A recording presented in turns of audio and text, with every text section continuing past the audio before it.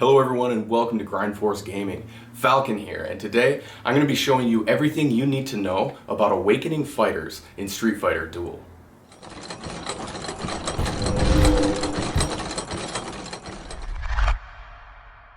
Awakening is the process that you use to improve the grade of your characters. For example, from B to B+, A+ to S, etc.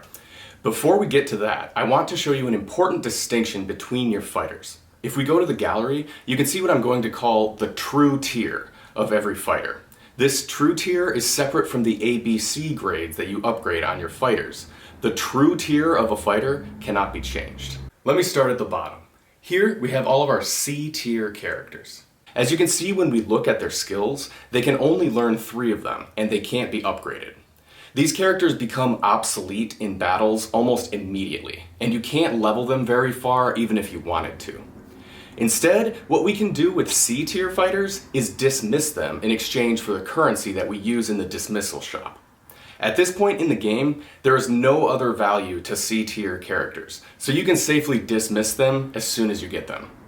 You can do this from the right side of the Awaken screen on the menu here, or you can do as I did here and set the game to just auto-dismiss them for you. The next tier up is the S tier characters. These are the ones that you will usually pull from a draw as the blue B grade fighter, but keep in mind that you will occasionally receive A grade copies of these fighters as well. These characters can be upgraded to S+, but no further, and they also only have 3 skills. In the early and the mid game, these fighters can be very useful, and you should experiment with them, but they will begin to lose their usefulness as you progress through the game, because their upgrade progress is capped. Instead, most of what you'll be doing with these characters is using them as fodder to upgrade your more valuable characters. Which brings us to the fighters with a true tier of SSS, or triple S. When you get a copy of this character, it will always start at grade A. These fighters each have 4 increasingly powerful skills, and they can be upgraded all the way to SSS. There's an important reason that I started with the true tier here. So if there's only one thing that you take away from this video, it should be this. Any SSS tier fighters should never be used as fodder to upgrade another fighter. Copies that you use to upgrade someone else are consumed and can't be returned. There will be times, especially early on in the game, where you have copies and you'll be tempted to use an A+ copy of one of these SSS tier characters, maybe one of the characters that you don't like, and you'll be tempted to use that to upgrade one of the characters that you do like. Don't do it. You will always receive a steady stream of B characters to use as fodder from draws, but copies of heroes here in the top tier are your single most valuable resource. Now for the actual awakening process. At the bottom left of the Awaken screen is a button called Awakening Preview, which shows you the progression of upgrade requirements. Going through these really quickly, to go from A to A+, you need another A copy of the same character. To go from A+ to S, you're going to need 2 A+ copies of any hero in the same faction. This is where you want to use the fighters with a true tier of S, like Ken, Ryu, or Rufus. This is where you want to make sure you do not use any SSS true tier characters in those fodder slots. To go from S to S+, you'll need 1 more A+ copy of the same character. For that reason, it's actually best to wait to upgrade a character to S until you already have the A+ copy necessary to take them straight to S+. Otherwise, while you're waiting for a lucky draw on that character you just took to S, you might get copies of other characters that you could be able to take straight to S+, but you've already used your fodder on the wrong hero. From S+ to SS, you'll need another S+ copy. Once again, only use fodder characters to make the upgrade. I'll show you an example with my own roster in just a moment. From SS to SS+, you'll need another S+ copy to consume. This is where we get to the grind, but it's important to note that once you have a fighter upgraded to S+, you do not need any more copies of that same character in order to upgrade it all the way up to SS+.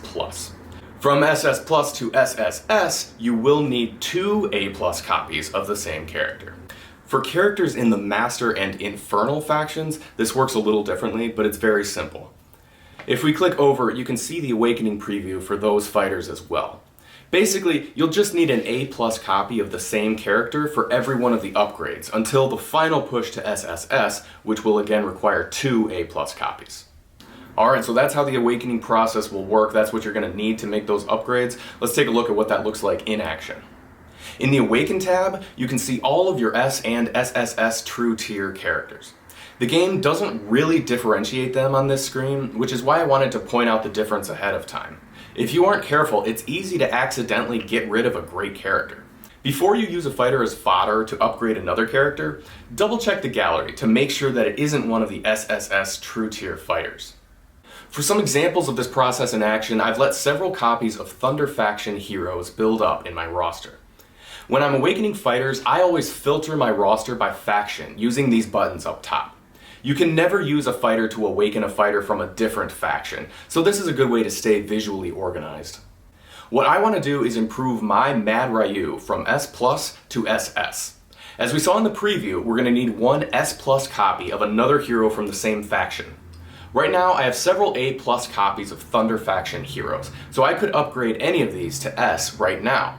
But as my carry, Mad Ryu is my current top priority, especially since I don't have the second A Plus copies of Elena or Blanca that I would need to take them to S Plus. That's what these Dan and Ryu A Plus copies are for. Both Dan and Ryu are only true tier S and won't be viable in the late game. Remember to check the gallery if you're unsure. Because I've saved multiple A Plus copies of Ryu, I'll be able to reach S Plus with Ryu, which will allow me to use him as fodder to upgrade Mad Ryu to SS. There you have it. That's how you awaken your fighters in Street Fighter Duel. As my final tips to you before we end, when awakening, prioritize whichever character acts as your carry, your primary damage dealer, then upgrade the fighters that best support them, as well as any Infernal or Master Faction fighters that you're fortunate enough to get copies for. I recommend only upgrading a fighter to S if you have the necessary A Plus copy to take it straight to S Plus. For fighters that you're really enjoying, awakening them to S Plus is a really good benchmark. Thanks for watching. If you enjoyed this video, please like and subscribe, and make sure to check out all of our great Street Fighter Duel content. The game only came out a few days ago, but Datskat, JB, Nova, and myself, all four of the Grindforce gamers, are hooked on it, and we can't wait to share more tips with you. Make sure to check the description for a link to our roundtable discussion on Street Fighter Duel, where we give some first impressions and walk you through what you need to know as a first-time player. We'll see you next time on Grindforce Gaming.